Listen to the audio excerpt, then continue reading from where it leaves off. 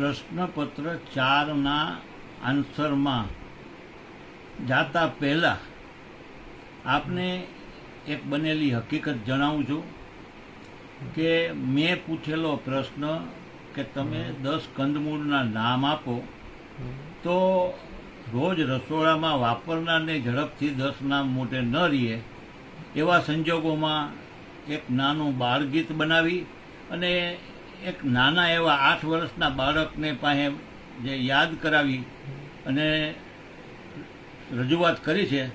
તો સાંભળો. 10 કંદમૂળના નામનું બાળગીત. શબ્દો છે અશોક ઠક્કરના અને સ્વર આપ્યો છે રિયાન ઠક્કરે.